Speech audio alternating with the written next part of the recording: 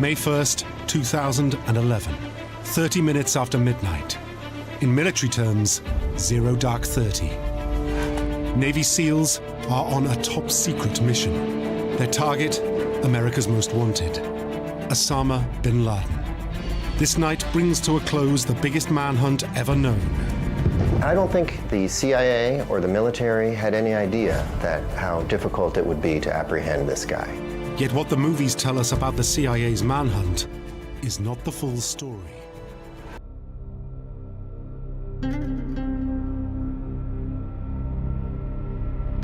He was born into luxury, raised with wealth, faith and education, but he walked away from all of it.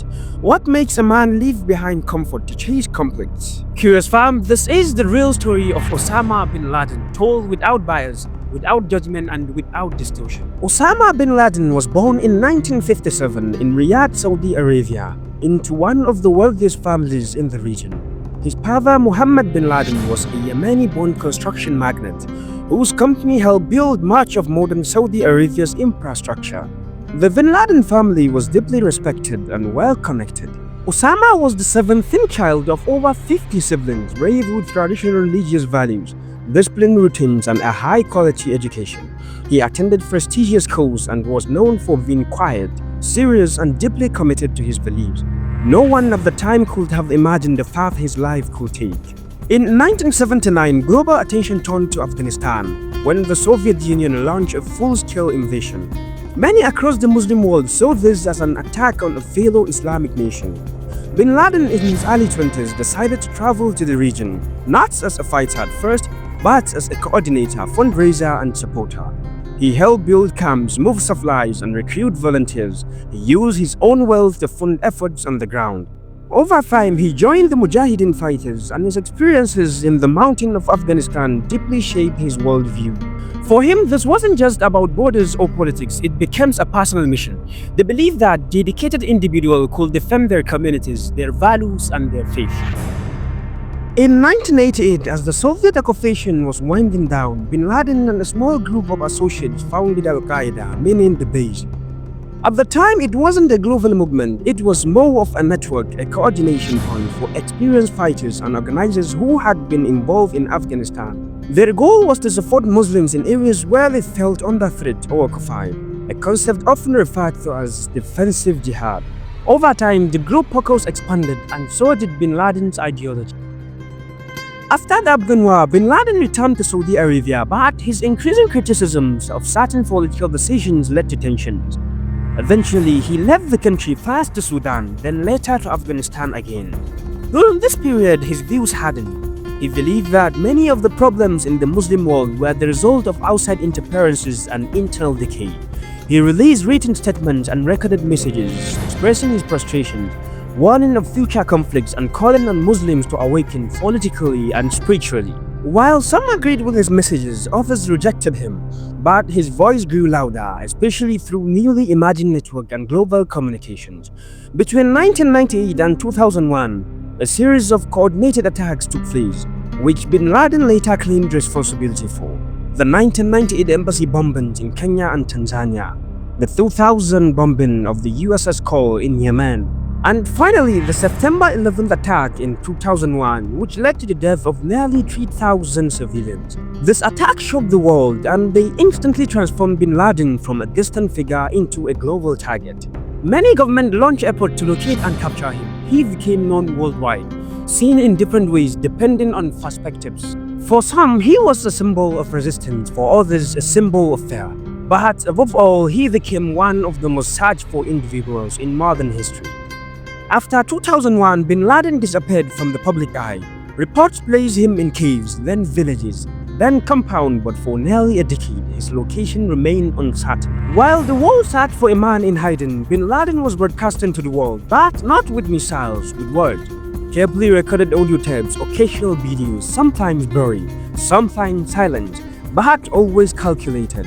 Bin Laden was no longer just acting in shadows, he was shaping a narrative. He released messages not just to followers, but to government, journalists, people across the continent, calling out injustice, issuing warnings, and referencing events most thought he couldn't even track from isolation. He spoke about wars, foreign policy, economic struggles, even natural disasters, all from unknown locations, in uncertain times. This made him appear more informed than many imagined, and it gave rise to a strange duality. He was invisible yet present, silent yet always speaking.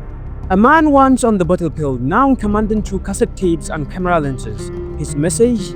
That what he was doing was a defense of belief, not an attack on people. But that claim sparked questions, because many of the people affected by the violence had nothing to do with the conflict he spoke of. And so the world became divided. Some saw him as a resistant figure, standing up against system they viewed as unjust. Others saw him as an extremist, using faith to justify violence. And many caught in the middle just wanted peace. Yet, the most surprising part, Bin Laden wasn't trying to be liked. He wanted to be understood, or at least had. Followers quoted him like scripture. His opening said how his word could spark action, and governments scrambled to block the messages, but often ended up amplifying them by reacting. This wasn't just a war with bullets, it was a war of broadcasts, ideas, influence. A war where one man's voice echoing from a hidden cave or dusty room could shake the ground of global politics. That is what made him so dangerous, not the size of his army, but the reach of his ideology. An ideology that outlied him, spread by others, twisted by some, and fed by many who never even heard his voice directly. Despite the global surge, he avoided detection through strict secrecy, support networks, and his ability to remain low profile. During this time, he rarely appeared in videos. He only communicated through carefully released audio messages, often about political events or religious matters. He had become more than a man to many. He was now a myth. On May 2, 2011, Bin Laden was located in Abbottabad, Pakistan, living in a private compound. While much of the world slept, a highly secretive operation was already in motion, one that had been quietly planned for months. For years, the US had been tracking a mysterious courier believed to be connected to Osama bin Laden. That trail led them to an unassuming high-walled compound in Abbottabad, Pakistan, a quiet military town less than a mile from the country's top military academy. After a week of surveillance, satellite imagery, and analysis, the CIA believed it had found the world's most wanted man. But there was no definite proof. No phone calls, no public sightings, no photographs. Just a theory and a building that didn't make sense. Then came the decision, a covert Navy SEAL raid deep into foreign territory without notifying the host nation, a gamble at the highest level. At approximately 11:30 p.m. local time, two stealth helicopters carrying SEAL Team 6 lifted off from a US base in Afghanistan. The mission was called Operation Neptune Spear. Just before midnight, they reached the compound. One helicopter crash-landed inside the wall due to high temperature and unpredictable air current. But no one was injured and the team pressed on. The compound was dark, silent. Room by room, they cleared the building. On the third floor, in a dim bedroom, they found him. Osama bin Laden, unarmed with family nearby, was shot and killed by a Navy SEAL.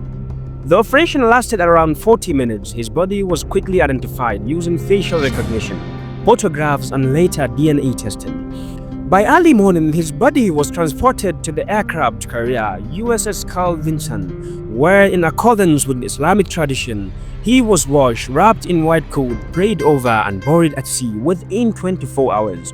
No picture of his body were ever officially released. The compound in Abbottabad was later demolished by the Pakistani government.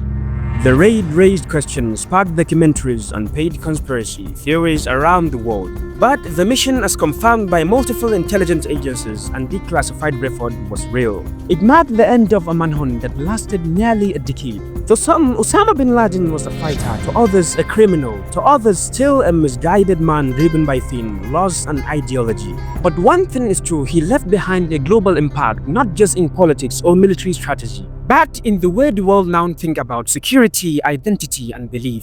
Understanding his story is not about supporting or condemning. It's about recognizing how one person's ideas formed through years of experience can reshape global history. His actions affected millions, but so did the world respond. And the conversations around justice, violence, and belief remain complicated to this day. Osama bin Laden lived not as a soldier or a saint, but as a man who believed his mission mattered more than his life.